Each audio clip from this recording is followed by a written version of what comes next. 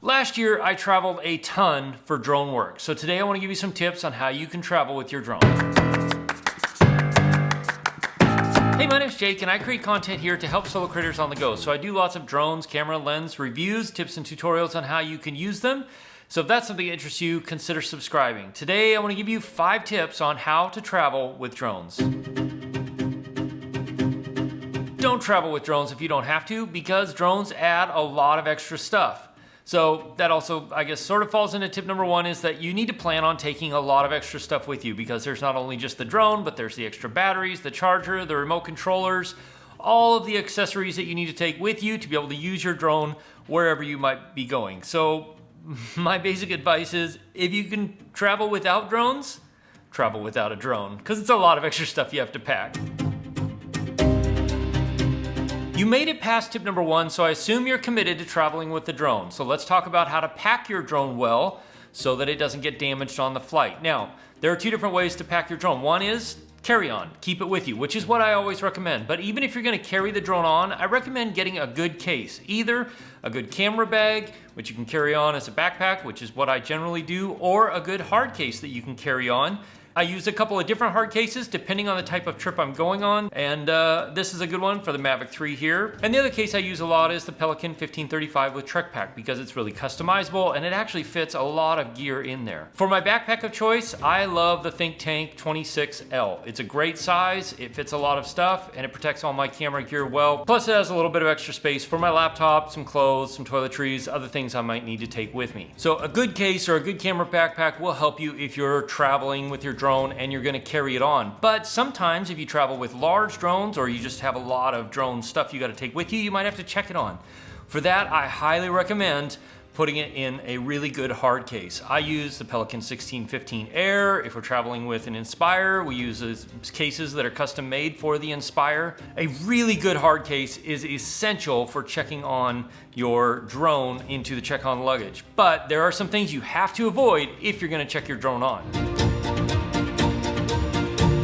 Every airline might have slightly different rules about batteries, but in general, all of your batteries have to be with you in your carry-on luggage. They can't be checked on to the check-on luggage. That's a very big no-no. And it will in some cases get you called back to the ticket counter so that you can go through your luggage and take all of your batteries out of your check-on luggage. But there are some other ways to make sure you can travel safely with them and to help ease maybe the airport people or the airline people's concerns, and that is, make sure your terminals are taped off so there's no exposed contacts. That makes the batteries safer, obviously. Make sure they're charged to about 50%. That's a good storage voltage anyway for batteries, and it also is a good safe way to travel with them. And the biggest and most important thing is, in almost every case, you are not supposed to fly with batteries over 99.9 watt hours or 100 watt hours or higher. For whatever reason, that's considered the limit, the cutoff for large batteries. Now, some airlines allow you to take 1 or maybe 2 batteries that size or larger with you, but most do not. And then some airlines actually have a limit on how many batteries you can take with you. So depending on the airplane you're flying in or the airline you're flying with, you can check and figure out what size and how many batteries you can take with you safely. It's much better to figure that out before you get to the airport and then you realize you have to dispose of a few batteries. My next tip is packing everything well so that everything can be seen and easily accessible. Most of the time, security doesn't bother me. They let me go through. It's not a big deal. But occasionally, they do want to check the batteries and make sure they're under the right watt-hour limit, or they want to just check and make sure that's all I've got in there, because if you have a lot of batteries packed closely together, and then maybe an iPad or a laptop on top or on bottom of those, it makes it harder for them to be able to see everything clearly, so they'll want to just visually inspect the bag. So packing everything so that everything can be seen clearly and easily makes it much easier for them to see it in the x-ray machine and for them to see it visually if they decide to do a visual inspection. Not a big deal. You don't need to be combative. Just say, sure, this is a bunch of drone batteries. I'm a traveling videographer, photographer, whatever. And generally they're like, okay, cool, thanks, have a great day. But if you want things to go smoothly and easily, then it's important to remember not to stack tons of batteries on top of each other, because they're dense and it makes it hard for them to see through. And so generally, even though I don't have to, because I'm TSA approved or known traveler ID approved, I still pull my laptop out and set it out so they just have an easier time seeing everything that's in the bag. Every time I've done that, I've never had an issue. The couple of times I haven't, they've either asked me to pull my laptop out and resend the bag through, or they've asked to do a visual inspection. So do yourself a favor and pack everything so it's easy to see, it's easy to visually inspect, and it obviously makes sense to whoever's looking at things. Now, when it comes to checking on luggage with drones, that might be a little bit different. Obviously, if you're using a custom fit Inspire case or something like that, most people are familiar with those kinds of drones, no big deal. But in my case, I travel with some pretty big FPV drones, or sometimes a lot of FPV drones that are all made by me, and a lot of other electronics crammed into that check-on case. So I will oftentimes just leave a little note in the check-on case that says, hey, these are drones that are built for filming purposes, whatever, they're custom built, that's what you're seeing. You know, feel free to take a look, but please make sure everything gets put back the way it is because it's all packed carefully to make sure it travels well.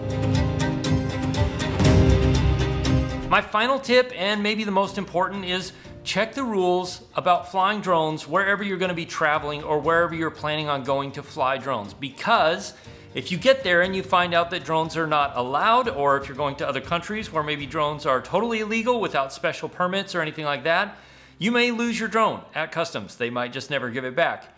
The best thing is, check the rules, check if you need to register your drone before you go, check if you need any special permits or any special permission or anything like that before you leave, so that when you get there, your paperwork, your customs work, your work going through into that country or into that area is not a big deal, or at least hopefully not as big a deal as it could have been. Now, here in the United States, we have lots of places you can fly and lots of things you can do, but there are places you might be going that you might not be able to.